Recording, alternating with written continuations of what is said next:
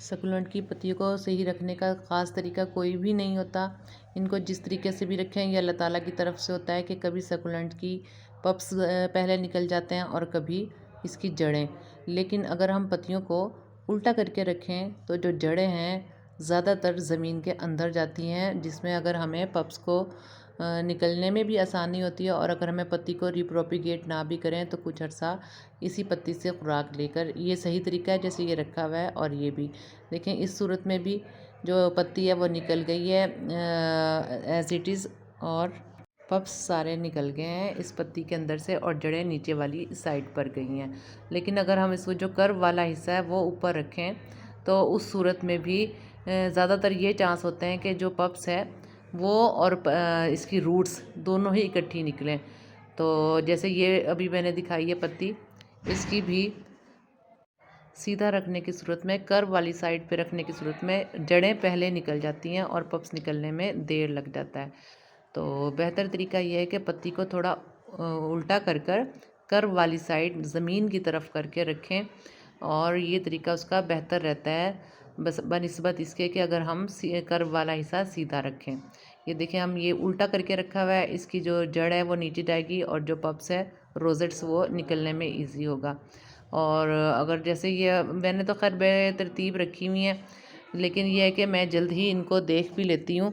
जैसे इसका होता है पप्स निकलते हैं इसके, यानी कि रोज़र्स जैसे ही निकलते हैं पत्ती के अंदर से, मेरी कोशिश ये हुई होती है कि मैं एज़ सुन एज़ पॉसिबल इनको प्रोपिगेट करने के लिए मैं इनको किसी भी पॉट में लगा दूँ मुनासिब तरीके से। ये देखें, ये सीधे तरीके से पड़ी है और इसके सिर्फ रूट्स निकल गए, पप्स निकलने में अभी टाइम है। लेकिन अगर रूट्स और पप्स इसके दोनों ही साथ निकलेंगे। ये कुछ ख़ास तरीका है पत्ती को रखने का, कर्व और जो नॉट कर्व है। ये माशाल्लाह देखें, उल्टी साइड से रखी थी बिल्कुल सही निकला है, और पप्स इसका रोजेट्स जो है उल्टी साइड पे रखने के साथ, और जो इसकी रूट्स हैं वो नीचे वाली साइड पर गई हैं, मींस ज़मीन वाली साइड पर। तो बहरहाल मैंने इसको उठा भी लिया, ये बिल्कुल सही स्टाइल में इसकी गई है रूट। और बहुत पॉसिबिलिटी आती है कि ये जिस जगह हमने रखी है, जब तक अगर हम ना भी उठाएं, नेग्लिजेंसी अगर हमसे हो भी जाए तो काफ़ी टाइम ये अपने आप को फुल प्लांट बनाने में लगा देगी। और पत्ती की प्रोपिगेशन में ये फ़ायदा होता है कि एक ही बार में हमारे 3 या 4 जो पप्स हैं वो इसके देखें फुल डेवलप होने जाने, ये 2 पप्स हैं इसके अंदर, फुल डेवलप होने के बाद इसके 2 पप्स होते हैं या कम से कम 3।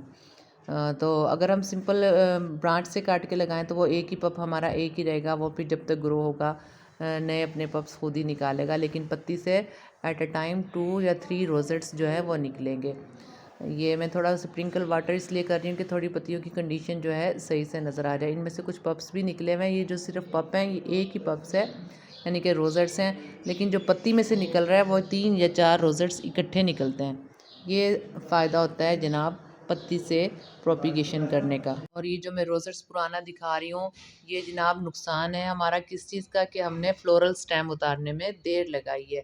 ये केयर हमें ज़रूर ही देनी पड़ती है अपने सकुलेंट्स को, कि अगर हमने इनको हमेशा लश रखना है जब तक इनकी लाइफ है तो फ्लोरल स्टेम्स को हमें फ़ौरन ही निकाल देना चाहिए।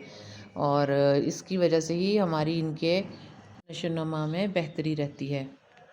जब हम पत्तियाँ प्रोपिगेशन के लिए रखें तो कोशिश ये करें कि पानी 15 या 20 दिन के बाद ही स्प्रिंकल करें। डेली पानी स्प्रिंकल करने से भी गुरेज करें। बारिश हो जाने की अलग सूरत देखें, अब ये जैसे पत्ती है ये अच्छी खासी स्टक हो गई है, यानी कि इसकी रूट्स डायरेक्ट ज़मीन में चली गई है। तो इसको अगर हम ना भी निकालें, अगर हम चाहें तो इसी पॉट में भी रहने दे सकते हैं, और अगर हम चाहें तो थोड़ा डीप निकाल कर मट्टी से इसको अलग से प्रोपिगेट कर सकते हैं। अब ये सीधा रखने की कंडीशन है कि इसको कर्व वाला साइड जो है वो ज़मीन के ऊपर ना हो, यानी कि जिस स्टाइल में अब ये रखी है।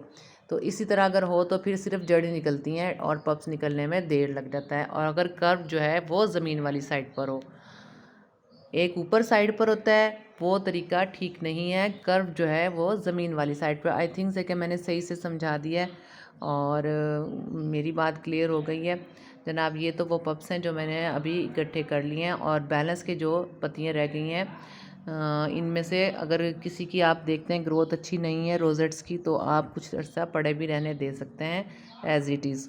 और अगर आप देख रहे हैं कि जो अच्छी खासी ग्रोथ होगी है, आप फील करते हैं कि इनको हम प्रोपिगेशन के लिए रख सकते हैं, तो बेहतर है कि इनको प्रोपिगेट कर दें सही प्लांटर में जिसमें भी आप चाह रहे हैं। और जनाब बाकी पत्तियों को ताकि स्पेस मिल सके जो रह गई हैं अपने रोज़ेट्स को डेवलप करने के लिए।